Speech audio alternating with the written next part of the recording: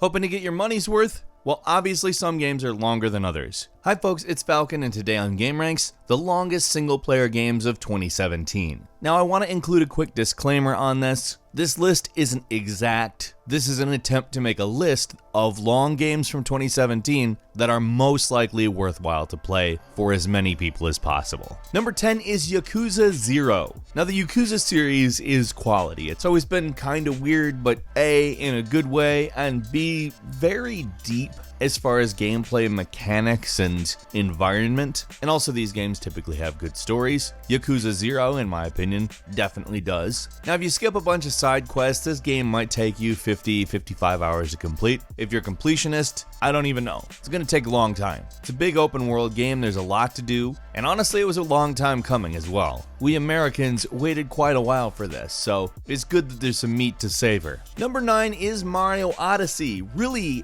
just a perfect example of a 3D Mario game. But Nintendo wasn't content to just give you probably the best 3D Mario in terms of gameplay since the original 3D Mario. They wanted to give you more than enough to do, period. I mean, for a platform game to give you enough to spend at least, and I mean at least 30 hours finding all 800 power moons and doing all the boss rematches and that whole Champions Road challenge, the rock bottom estimate for that is 30 hours. And again, this is a platform game. That's kind of why that's a longest thing, because I don't think you're going to see another platform game. It's like, we've got 30 hours worth of gameplay at bare minimum if you want to complete the whole thing. Sonic Mania, God bless it, it's one of the best games of the year, but it's like 2-3 hours of gameplay. Mario Odyssey is for those of us with time on our hands. Number 8 is Pokemon Ultra Sun and Moon. Now you know the drill with a Pokemon game. They come in with some story stuff, you have a quest, there's definitely things to do, but the real nitty-gritty is getting into the collection and development of your Pokemon. If you want to do the main story, it's about 28 hours on average. If you're rushing, you might be able to do it in 2022. But really the sky's the limit if you're a completionist or you're just a hobbyist who wants to continually immerse themselves in the world of Pokemon, find those Pokemon that they want, develop them into their final form, and battle other people, including your friends, who may or may not be not quite as obsessed. You know, easy pickings. Number 7 is Nioh, the dark fantasy version of the 1600s, including a Western samurai. Some have called it a Dark Souls clone, but it's honestly a lot more than that. It's part of a budding genre of action RPGs that some have called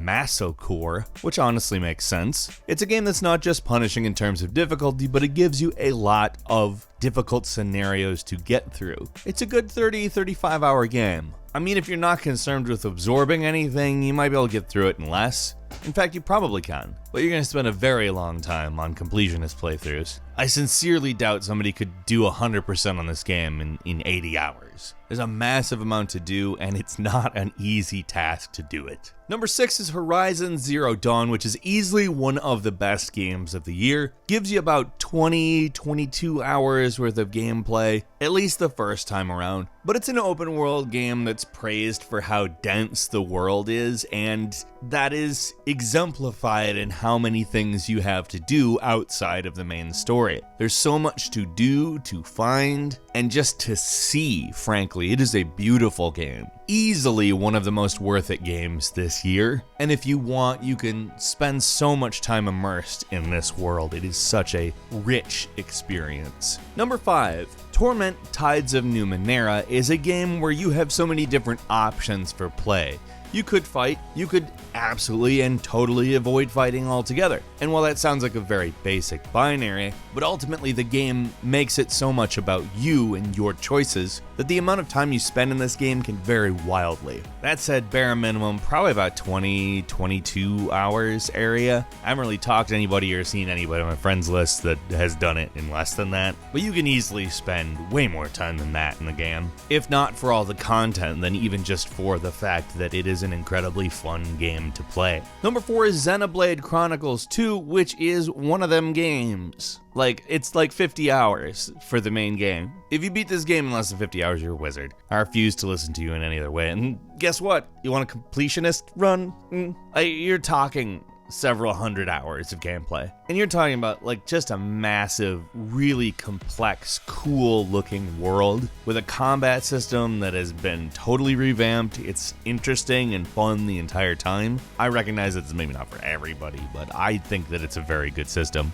Like knee deep in story at all times. And if you like JRPGs, I don't know that you actually need more than one if you have this game, because it's so much gameplay. Number 3 is The Legend of Zelda Breath of the Wild. What can be said about this game that hasn't been said? This is a triumph for open world games. It's been hailed for being sort of the thing that figured out how to balance emergent elements with the more traditional open world elements that we're familiar with. And it is amazing. Like, could you rush through this game maybe 25, 30 hours? Yeah, of course. I don't know why you would. If you've got the time, Zelda Breath of the Wild is an amazing, beautiful game that gives you so much to do. And you could easily spend a couple hundred hours in this game, easily. And frankly, why wouldn't you? Probably the best Zelda game. Number 2 is Persona 5. Remember how I said you didn't really need more JRPGs beyond Xenoblade Chronicles 2? Well, Persona 5's basically the exact same thing. So just between 2 games, there is an abundance of incredibly good gameplay that you could easily occupy yourself with for hundreds upon hundreds of hours. This is a game that if it was the only game you played the whole year,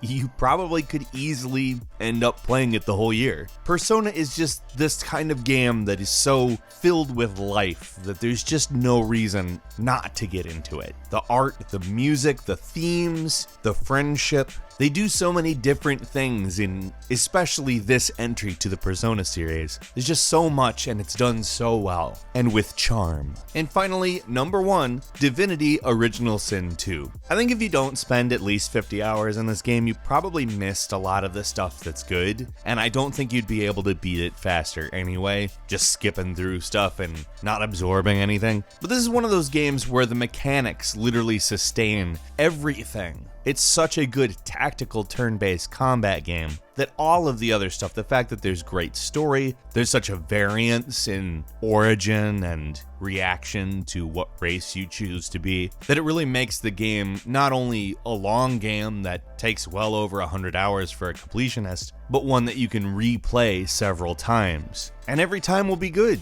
It's really just a phenomenal game, and frankly, there's just not enough tactical turn-based games like this. Why wouldn't you want the one that's so good to be this long? That's one of the selling points for me personally, and this is a great game. So what was your favorite really long game from the last year? It can be on our list, it can be another game if you want, but leave us a comment, and if you enjoyed this video, please click like. If you're not subscribed, now would be a great time to do so. We upload brand new videos every day of the week, and the best way to see them first is of course a subscription. As always, we thank you very much for watching this video. I'm Falcon, you can follow me on Twitter @FalconTheHero, and we'll see you next time right here on gameranx.